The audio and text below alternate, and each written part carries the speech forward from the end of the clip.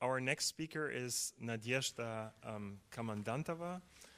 She is a research scholar here at IIASA in the Risk Policy and Vulnerability Program. She has a PhD in Environment Economics from the State University of Engineering and Economics in St. Petersburg.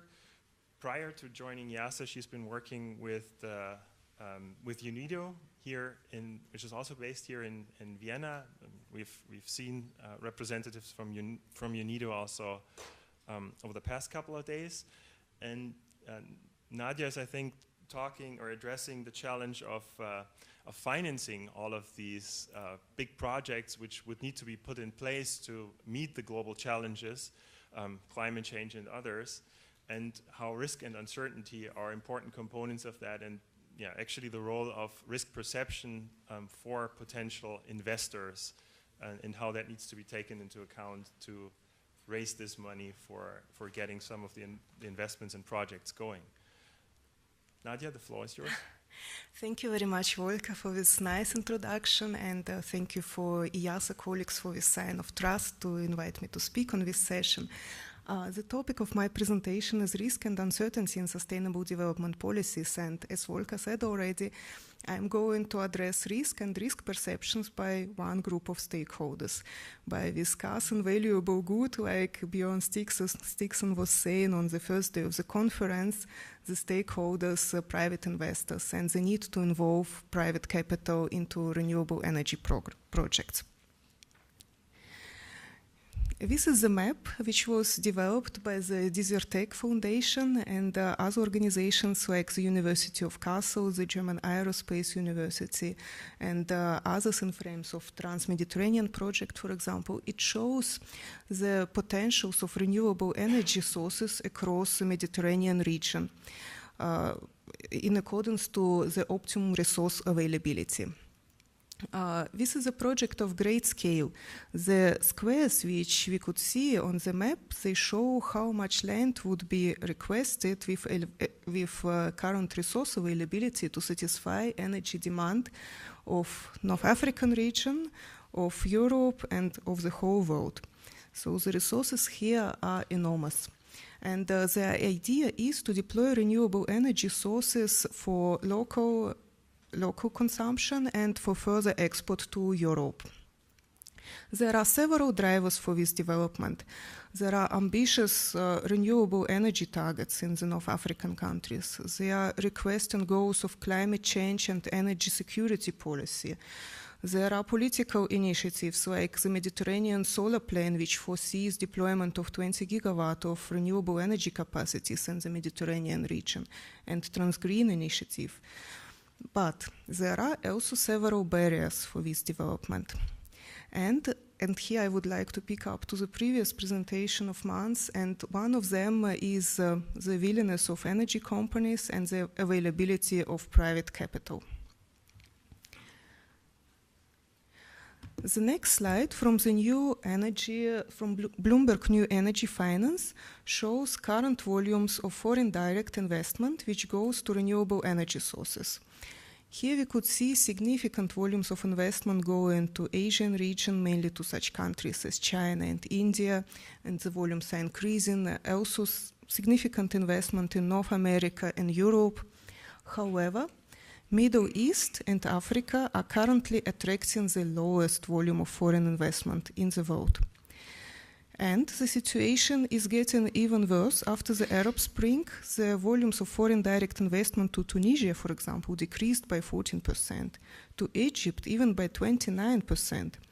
The second reason here is that even these investments, they go mainly to non-renewable energy sources, to infrastructure like tourism and others. If we look to the investment into renewable power, an example of concrete technology like concentrating solar power, before the Arab Spring, in the North African region there were 3 projects largely financed through the World Bank and GF, Global Environmental Facility initiatives. Currently, the North African countries are also planning the new installations like the 500 megawatt power plant in Ouarzazate in Morocco, but this is also largely financed through the African Development Bank. And as the previous slide showed, that investors go more to the regions where they perceive risk as being lower. Our second statement is that the existing risk and risk perception are making investment more expensive. This is the results from the application of the March model, which was developed on the basis of risk and policy and vulnerability program, and which models the electricity costs according to the different investment parameters. It shows a great sensitivity to the required risk premiums by investors. And I would say that the range of risk premiums which we see on the right from 5 to 20, 25 is at the very optimistic side. So the current risk premiums are even higher. On the grade bar, we could see the current costs of the non-renewable energy sources like coal. And we could see as a result that the expectations on the higher risk premiums, as a result of higher perceived risk, are driving also the cost of renewable energy power. And it delays also the cost parity with the least cost available options like coal, for example. The range from 5%, which could be required for publicly funded installations in stable countries and going to up to 20%, results in significant increase in cost of eurocent per kilowatt per hour of energy. Looking to the importance of the risk and risk perceptions, we were asking ourselves, what is actually this kind of risk? Where investors see the most important risk in terms of significance and likelihood to happen? And the results of surveys and stakeholders interviews which we conducted with private companies and investors which are active in the North African region showed us that actually 3 types of risk are perceived as a most serious threat to investment. And on the first place is the regulatory risk, which was perceived as the most serious and the most likely risk to happen. Looking in greater details, what does this regulatory risk means?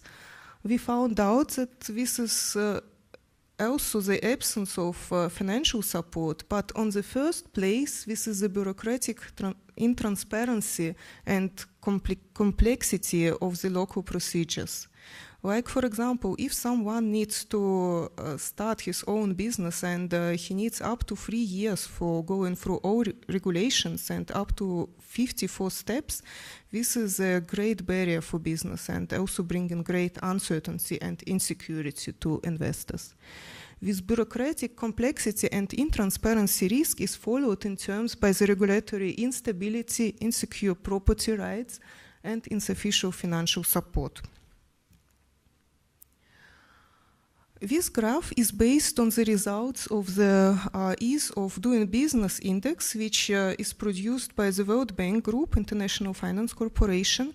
The index is constructed due to large-scale stakeholder surveys where they give their perceptions on the position of the countries according to ease of doing business.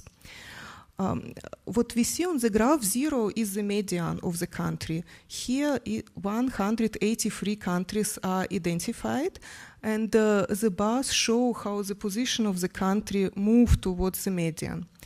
The ease of doing business is composed by such indicators as, for example, enforcing contracts, protection of investors, closing business, opening business, dealing with taxation, dealing with the employment rights, and so on.